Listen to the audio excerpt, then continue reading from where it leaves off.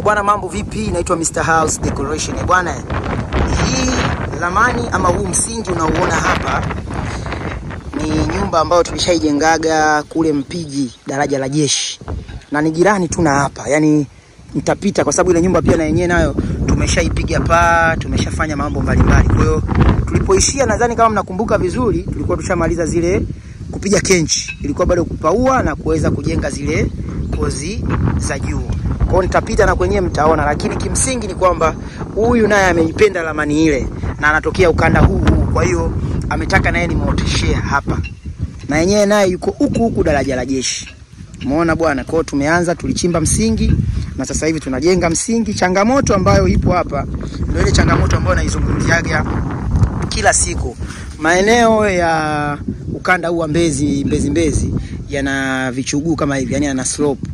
Na slope ni kali sana. Sasa hapa namsikiliza yeye tajiri. Na kitu ambacho kinachotakiwa ni kujenga underground. Sasa bosi yeye nasikiliza bajeti yake. Kama atakuwa na bajeti nzuri, huku kote huku tumwage slab. Na ndio maana unaona hapa tumeacha lengo na zumuni la kuacha ni kwamba kuna mikanda miwili. Hapa labda tufunge mikanda miwili kwa sababu ya ile ngema ya kule. Na unaona nimeacha kabisa na matoleo kwa ajili ya kuweka, kama ata agree tuweke underground, maana yake kazi ya kuweka mabezi pamoja na nguzo zake. Kuweka bezi pamoja na nguzo zake.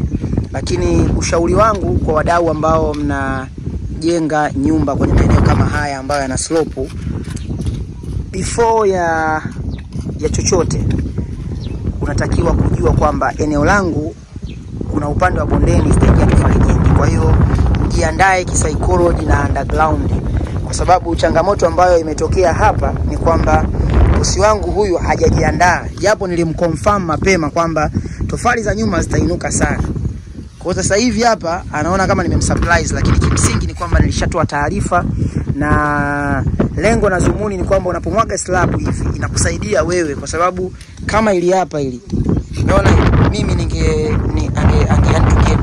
angekuwa kashapitisha, maana yake hili lingekuwa ni sitting room. Hii inafaa kabisa kuwa sitting room. Kuliko kujaza kifusi hapa, ni bora ukafanya hii kuwa sitting room, alafu ukaja ukapata na chumba hapa, ukaja ukapata na choo. Ina maana unapata sitting room, hapa unapasua mlango, chumba hiki hapa, choo hiki hapa.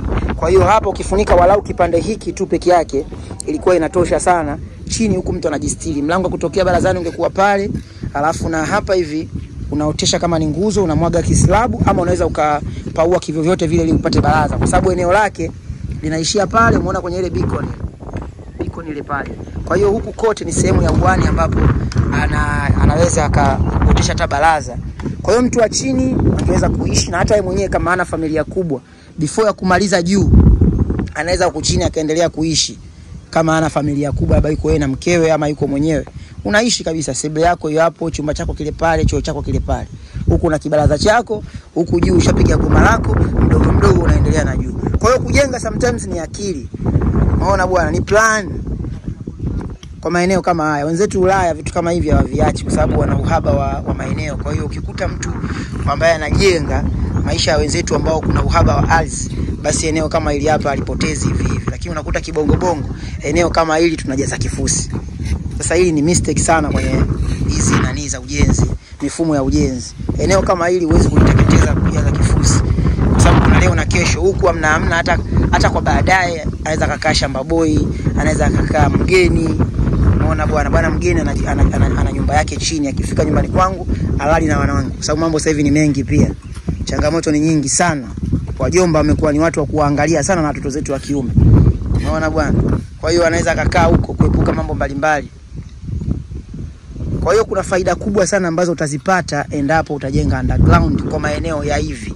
Kwa sababu hili eneo lenyewe linakutaka ujenge underground. Kwa hiyo ukijenga nyumba afu ukajaza kifusi, maana yake unaikosea ardhi. Unaona bwana? Kwa mimi sio mtu ajipesa, mimi ni fundi. Kwa namsikiliza mwenyewe na mfuko wake. Akiniambia yes, akiniambia bwana hapana, budget yenyeruhusu, tunajenga msingi, tunafunga mkanda, tunamwachia msingi wake, atujazie kifusi, and then tuendelee na zoezi la kuweza tofali za kusimama. Lakini mpaka hapo nadhani mmenipata vizuri. Tuko Mbezi, tuko huku Makabe, daraja la jeshi, na inshallah leo tutamaliza kote hapa. Muona bwana, hili zoezi lina takribani kama siku 4 ama siku 5 mpaka kufikia leo. Lakini msingi tulichimba kidogo tukasimama kwa sababu ya mvua na nini.